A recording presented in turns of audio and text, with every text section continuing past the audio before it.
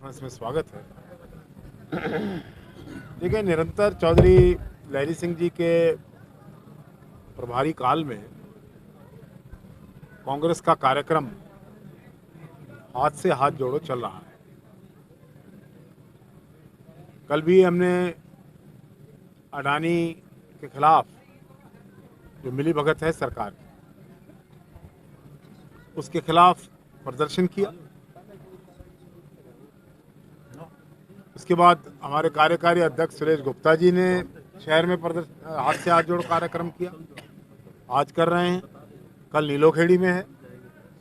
तो निरंतर हाथ से हाथ जोड़ो कार्यक्रम में हमारे कार्यकर्ता लोग लगे हुए हैं।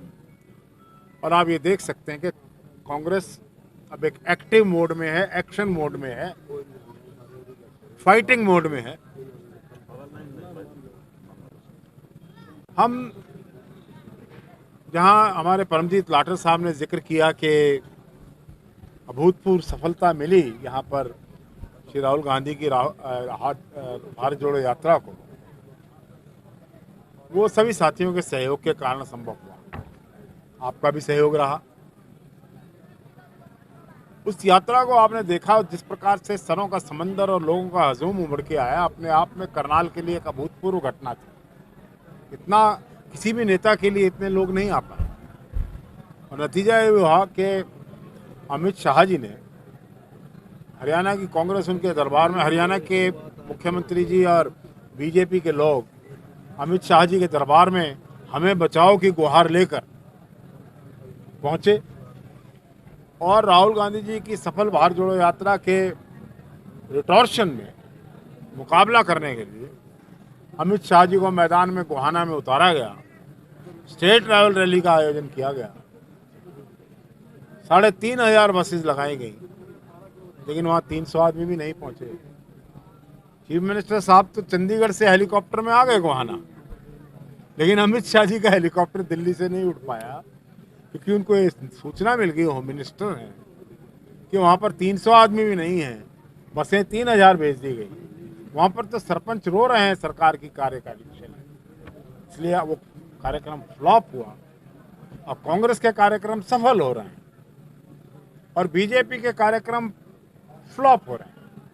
कारण ये है कि चीफ मिनिस्टर जो हैं खट्टर साहब, इनकी लोकप्रियता समाप्त हो चुकी है। करनाल के लोग उनको 10 साल मेंबर असेंबली बना के चीफ मिनिस्टर बने हो, लेकिन करनाल के लोग इस बात के लिए परेशान हैं कि हमारे मुख्यमंत्री ने हमारे लिए किया कुछ नहीं, नौकरियां नहीं मिली।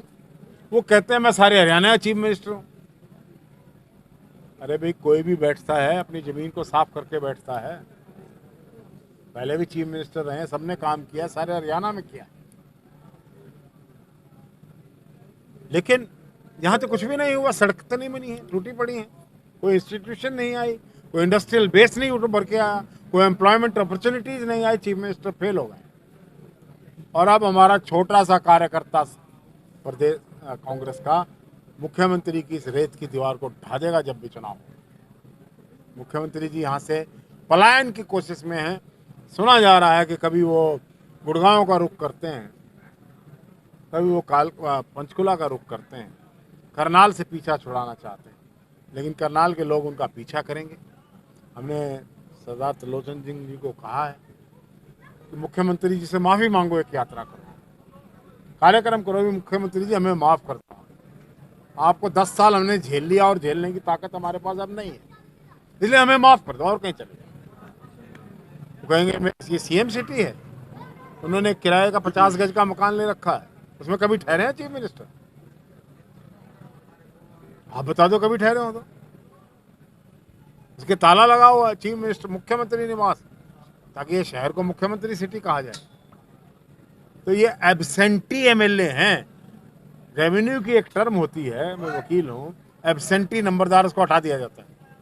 इसी प्रकार से एब्सेंटी चीफ मिनिस्टर और एमएलए को करनाल की जनता हटा देती है। सर, आपकी हाथ से हाथ जोड़ो यात्रा है। कल अनिल भी जाए थे, कहते शैलजा का भूपेंद्र सिंह हुड्डा से हाथ मिलता नहीं है, किरण चौधरी का रणदीप सिंह सुरजेवाला से हाथ मिलता नहीं है, खुद के हाथ जोड़ नहीं पा रहे, कांग्रेस के हाथ क्या जोड़ेंगे? देखिए, वो ठीक कह रहे हैं कि उनका चीफ मिनिस्टर का हाथ नहीं मिलता है, तो वो बात उनको याद आती है। हरियाणा के कोई भी कैबिनेट मिनिस्टर उनके पास जाके राजी नहीं है। उनकी जो दरबार हैं निरंतर कैंसिल हो रहे हैं, उनके पास और कहने के लिए कुछ नहीं।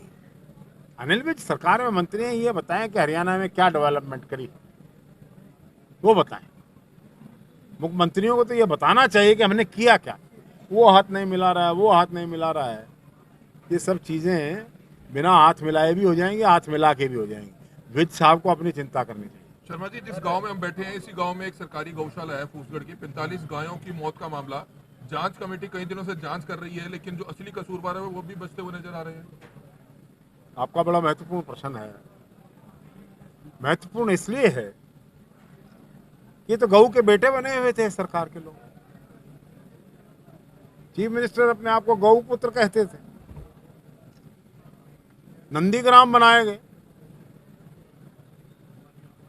गऊ को माता हम भी कहते हैं, वो भी कहते हैं, लेकिन गऊ के नाम पर इतना बड़ा आडंबर मुख्यमंत्री जी के इस कार्य क्षेत्र में हुआ है, इसकी जांच हाईकोर्ट के सिटिंग जज से होनी चाहिए, लीपापोती के लिए नहीं होनी चाहिए।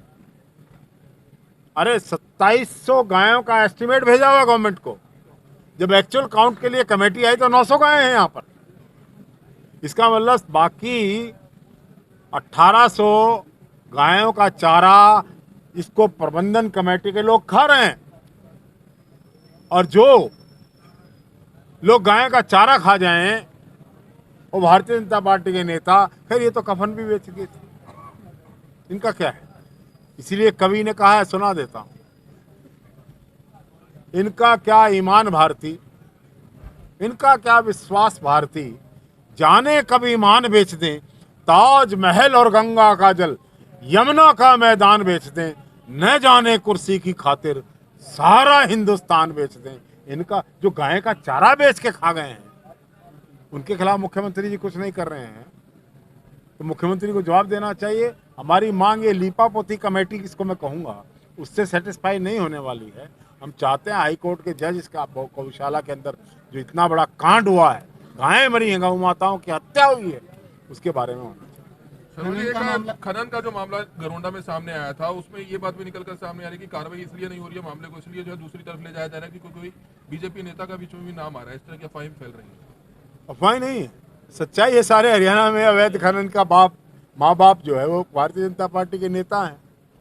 ये तो सारा हरियाणा जानता है। कहीं कोई मंत्री करवा रहा है, अवैध खनन के हिस्सेदार सब कुछ, सारा हाल मेल सरकार की मर्जी से, सरकार के लोगों द्वारा, पार्टी भ्रष्टाचार के अंदर डूबे हुए भारतीय जनता पार्टी के लोगों द्वारा। डीएसपी को मार दिया होता, एक डीएसपी को पहले मार दिया। खनन माफिया सक्रिय है, सरकार के संरक्षण में खनन माफिया हो रहा है, इसलिए सरकार को जवाब देना चाहिए। अनिल विज कल अपनी दबंगई दिखाते हुए बयान दे गए हैं, करनाल एसपी को खुला बात कह गए हैं कि मेरा नाम लेकर आप खनन माफियाओं को ठोक दो। देखिए, अनिल विज गब्बर हैं, ऐसे दावे वो करते रहते हैं। कई बार वो अस्पताल की टंकियों पर भी चढ़े हैं। अगर इतना वो सोच रहे थे खनन माफिया के बारे में, तो एक बार जाके विजिट करना चाहिए था स्पॉट को। यहाँ गौओं की हत्या हो गई है, मारी गई है, यहाँ क्यों नहीं आए अनिल विज? प्रेस कॉन्फ्रेंस में एसपी को धमका रहे हैं, इससे नहीं चलेगा। तो क्या लगता है सिर्फ बयान ही है अनिल विज जी का? और क्या है, आप बताइए क्या है? ये एक्शन तो पहले भी हुआ है ना, काफी सारी नहीं, क्या हुआ है बताइए, कोई एक्शन गिनाइए आप। काफी सारी कंप्लेंट्स जो भी जाती हैं उस पर एक्शन तो लिए जाते मैं जानना चाहता हूँ कौन सी पे। दरबार भी लगाए जाते हैं, उनमें भी काफी सारे लोग कहते हैं कि हमारी बात जो भी हम लेके गए अनिल विज को तो मसीहे की तरह लोग समझते हैं, कहीं नहीं कोई सुनेगा, सीएम साहब नहीं सुनेंगे तो अनिल विज जी सुनेंगे। आप मुझे एक इंस्टांस दे दीजिए। अभी हमारे यहाँ पर पानीपत में जो है एक सिंघम नाम से एक जो ट्रैफिक पुलिस में थे, उन पे कोई आरोप लगे थे, कोई झगड़ा हुआ था पुलिस वाले से, वो भी अनिल विज के पास गए, उनकी भी प्रॉब्लम सुनी गई, उस पर एक्शन लेने के लिए कहा गया और लिया भी गया। काफी वायरल अभी रिसेंट न्यूज है ये। देखिए, अनिल विज पब्लिसिटी के लिए ये सब कुछ करते हैं, अखबारों में बनाने के लिए। He is a paper tiger. तो मतलब गब्बर को एक पेपर टाइगर के नाम से आप एक नाम अभी कुलदीप शर्मा जी वहाँ भी साथियों, अभी पत्रकारों से चर्चा की इसके पूर्व विधानसभा कार्यक्रम के स्पीकर बाद सभी कुलदीप गौशाला शर्मा ने। का साथियों, हमारे, केबीएन न्यूज़ सीनियर नेटवर्क को लाइक नेता करें, और सभी सब्सक्राइब करें, कार्यकर्ताओं शेयर का करें। दौरा साथी करते चमन लाल के हैं। साथ मैं धर्म सिंह। मेरी